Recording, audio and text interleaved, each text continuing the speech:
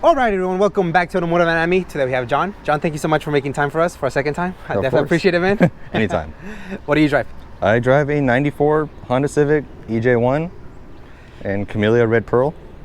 94 Civic. Yeah. I love it, man. I love it. Before we start talking about this beautiful build, tell us a little bit about yourself. How did you get started into cars? When did you realize, okay, I kind of like this thing. This is going to be my hobby? So my family owned shops. Like my uncle owned a shop. My dad was around cars.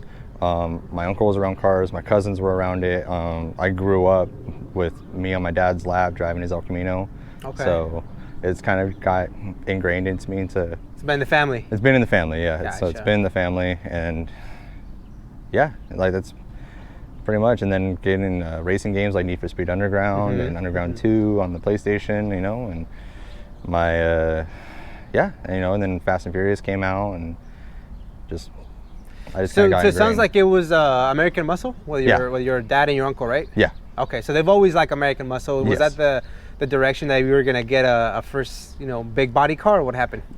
Yeah. So growing up, my dad told me like, oh, you're going to drive the El Camino. You're going to drive the El Camino. Nice. And you know how projects go. I mean, then 2008 happened, and that project got sidelined. So ultimately, it didn't happen. I mean, I still would love to get a muscle car, but So El Camino's no longer in the family? No, the El Camino's still there. Great. It's in the garage. Gotcha. My dad put the motor in 13 years ago, and it did its first start like 2 years ago. Oh, nice. Okay, Yeah. but it's still there. That's good. It's still there. It's in the garage. My dad fires it up all the time. Good. Okay. Yeah. So was that the first car that you wanted, like a big muscle car, or what was your first car that you wanted? So the first car I actually really wanted, there was a Super Street magazine of like classic JDM cars, and this is before they just absolutely skyrocketed. So I wanted, and my first car was supposed to be a 73 Corolla in orange. Okay. And we were going to get it. The guy wanted $2,500 for it, and the guy ended up flaking. Gotcha. And that ultimately didn't happen. So yeah.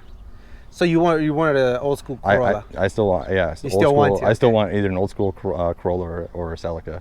Okay, yeah. Gotcha. So what ends up being your first car? A 93 coupe, a 93 Civic coupe. So we found a 93 Civic coupe because I needed to get to college and everything. So, and I was graduating high school, so my parents bought me a 93 coupe. And I'm sure you liked the body style, right? Or did you not like it? I liked it. I liked the red one. I liked it. It was a Milano red, and I liked it. You know, I was just hyped to have a car, and it was in Honda, and it was loud. I liked it. I was 17. You like the loudness? Yeah. Okay. So, and then unfortunately, 3 months later, I wrecked it. Only 3 months? 3 months later, I wrecked it. That's a record for a Civic owner, man. Usually 3 weeks now. So 3 months later, boom, that car's gone. How do we stumble up on this one? So a couple months after that, me and my dad were carpooling. We were sharing his little truck for me to drop him off at work, and then I would go to college. I'm sure he was loving that. Oh yeah, he loved he was excited. So my parents were like, no, we can't do this anymore. So my dad found this car in Whittier. It was automatic in a trailer park. It was automatic. It had a blue tarp over it. It was hammered. It was bad. It was bad, but my parents got it for me so that I can get to college. Yeah. And they said, you can't do anything to this thing until you pay it off. Obviously, I paid it off. Did you? Yeah. You still owe your parents a couple. Yeah. You're still in like a $20 monthly payment. $20, yeah. 12 years ago. Gotcha. But yeah, and and I've had this thing now for about 10, 11 years. Oh wow! So this is the baby. This is the baby. Gotcha. This is the baby. Okay. Yeah. So now that you've had it, what's the mission for it? What's the goal? Well, originally I hated the car. I hated it. Was it because it was automatic, or it was automatic, and the paint was so faded it looked like it was pink. And Gotcha. I don't know. I just didn't like it. And eventually, my dad told me something. He said like, "You'll never be able to afford your dream car outright, so you might as well build it." So I slowly started doing what I wanted to do to it. So I had some old Rotas on there, and I gutted the interior, and I was at that time I was like, oh, let's go with the Mulholland and Sick. And it was still automatic, huh? No, a year later. Okay. So a year later, automatic. No a problem. year after I swapped. That was the first thing I ever did. Really, was like I swapped into the stick shift because I still had all the parts from the wrecked one. You kept the wrecked one. Gotcha. Yeah. So Okay. So yeah, it for auto manual swapped, and the car was gutted at one point. I was just going up to the canyons with my friends. That's cool. Yeah. I'm glad you kept that. I'm glad that you now it doesn't. Does not resemble that at all. I don't think you want to get rid of it now. No. I've had people offer on it. I've had that, but this car is not going anywhere. That's a no-no, right? It's a no-no. This thing is not touchable. Definitely. Well, okay, let's start talking about it. So the color of the car, you said it was faded, so it's been resprayed. Mm-hmm. Man, that's crazy because it's hard to get the OEM color back, and I think you nailed it. Yeah, So when was it resprayed? 5 years ago. Wow, great for five-year paint. Okay. Yeah, 5 years ago, and the guy did all the body work in his driveway, and then he rented a paint booth and did it. Yeah. Man. Yeah. I couldn't even tell that it was done like a garage type of thing. You know. Wow, looks great. And remind us of the name of the color again. It's called Camellia Red Pearl. Camellia Red Pearl, and that's an OEM color, right? Yes. Very hard to find nowadays. I think there's only like 2 or 3 people that I can think of at the top of my head, but other than that, is color. I would think that is one off. But yeah, there's a guy on Instagram. His name's Purple Coupe. He's from Europe, and he knows like all the little schematics, and he gave me a bunch of stuff. Apparently, it's like only a 94, 95 color. Wow. All that sort of stuff. Yeah. A very specific thing. Gotcha. Yeah. And the front end, what do we got going on? So it's just an OEM bumper with a tactical art lip from Japan. It's full of carbon, and I waited 2 months for it. And only 2 months? I waited only 2 months. That's pretty fast. Well, so I got it. There's a guy named Jesse Streeter that he's like a freight forwarder, and so I hit him up and said, hey, do they have one in stock? And because tactical art, when you go to their website, it's just a paper form that you're supposed to fill out, and like it's all in Japanese. So you speak Japanese? No. I want to. So you just filled out some stuff, and then you were just glad that it got there 2 months later. Yeah, I just told Jesse Streeter, I'm like, hey, can you get me one of these? And he said, yeah, I can do it, and got it, and I got it. So gotcha. Yeah. Beautiful piece. I really like the break that it gives it from the front end, since you kept the carbon fiber still look. Mm-hmm. If you were to paint match, I think it would still look nice, but for now, I think it has a nice contrast to it, and the front end just looks, beautiful. It's simple, and this generation is so elegant. Doesn't need much, Yeah, it doesn't need much. Very simplistic. Yeah. It's one of the no grill, and so they get the air from the bottom of the bumper, and it works. It just looks very, very nice. Yeah, clean and simple. Clean and simple. Speaking of the entire car, the car is actually pretty clean and simple. Is there anything else that you're thinking of adding? I want to get I've been thinking about doing a Feria wing to the coupe. Wings West used to make one back in the day. It's really hard to get the old school one, but I guess you can take a Feria wing and modify it. That would be super cool. Yeah, just something simple. Yeah. Okay. Yeah. Beautiful. Suspension. What do you got going on? 10 coilovers. Every bushing's been redone with either hard race or energy suspension. Gotcha. The ST suspension sway bar up front. I have one for the rear. I just haven't put it on yet. Tell us about the braking system. What do you got going on? It's got Willwood calipers, the DPHAs, the bolt-on ones, GSR rear disc brake conversion. Wow. So beautiful. Yeah, nothing crazy. So I like it. And then wheel and tires. What do you got going on? My dream wheels. I got TE37s, SLs, 15x8, 225, 50 Continentals, Extreme Contact Sports. So really like the beefy setup. The fit mount on it is perfect, man. It's great for, daily, I guess, but it doesn't rub. Functional. It doesn't rub at all? It doesn't rub at all. Even on hard turns? Nope, no rubbing. Ooh, nice. I spent hours in my garage. Like I would play with it, let it settle, go for a drive, come back. Nope, that's not right. Do it, and I'll just play with it. And you throw me as someone who definitely would, you know? Nope, it doesn't feel right. Nope. Spent 12 hours, John. I know. Let it go for today. I know this car in and out. Like so cool. Yeah. Gotcha. All right. Oh, beautiful, beautiful exterior, man. Let's talk about the interior. If you don't mind opening up the door for us, John.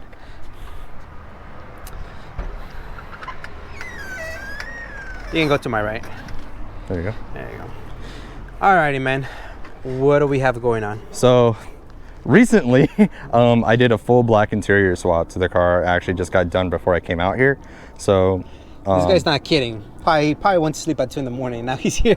Yeah, I went to bed at like midnight last night. Of course you did. Making sure it was all clean. But yeah, SIR cluster. I got a custom gauge pod from Ortiz Custom Pods. JDM dual din. I dyed the carpet. I dyed the rear seat. Obviously, you got the Bride Zeta 3s in there. Seats. And I got Honda Access floor mats. Sick. Man.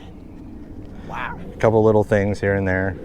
Powerful. It peaked the power folding mirror switch. So I do have power folding mirrors and they do work. Flex. Flex, I tell you, man. It just keeps getting better and better. Man. No future plans, right? I was thinking about adding a roll bar, but we'll see what happens. Like, I'm not. I don't know, man. It looks so good. I like the way it looks now. It looks so good. Like now that it's finished and the interiors, I'll probably clean up and redo the door inside of the door panels. But overall, I'm really happy with how it turned out. Man, yeah. Leave as is. Leave as is, man. It's beautiful. Well, let's talk engine compartment. See what we got going on. See, that bucket seat must be for the K series, right? Nah. No? Nah. No K here? No K here. No K here. Period correct. Oof. Period correct. What are we looking at, John? So it's a USDM spec GSR. Wow. So when you say you did a manual swap about a year after you got the car? Yeah, a year after I got the car. So about 9-10 years ago. Gotcha. When did you decide to go B series? So I was flip-flopping a bunch throughout the whole time I've had the car, and I had like 2 Jackson Racing Superchargers for the D series and everything, and I came across this listing for this engine out of a junkyard in Ohio for $2,000 for the whole swap a couple of years ago. So I bought it. I had Alex from LA Garage refresh it. Mm-hmm. Make sure it's all cherry, and I had him swap it in. Man, so you just bought a motor from across the country. Bought the motor from across the country, had it shipped out, and then I was like, okay, I want to make it a B series because it's period correct. It's a GSR, so it's got a little bit more pep. Mm-hmm. I found a Gen 1 Skunk 2 manifold for it, so it looks like it's OEM. And then I got a SIR airbox from Steve over at HMO. Gotcha. Did you even try the supercharger for the D series? No. Someone offered me more money than I paid for each one. So you're like, all right. I'm like, okay. Okay. Yeah. Okay. Gotcha. Because I was gonna ask you, how come you didn't try to like maybe yeah. I mean, I still like supercharger wines. I think that's just because my family's from muscle cars, but not. But I wanted to go B series. I wanted to go B series, and who knows? I know Craftworks makes a kit for this car for this engine, so we'll see what happens. Maybe. Okay. Yeah, we'll see what happens. So it's just been refreshed. Nothing's been. It's all OEM. Okay. OEM. Has the car been tuned or anything like that? Nope. Okay. It's OEM P72. Okay. Yeah. And then coil rad.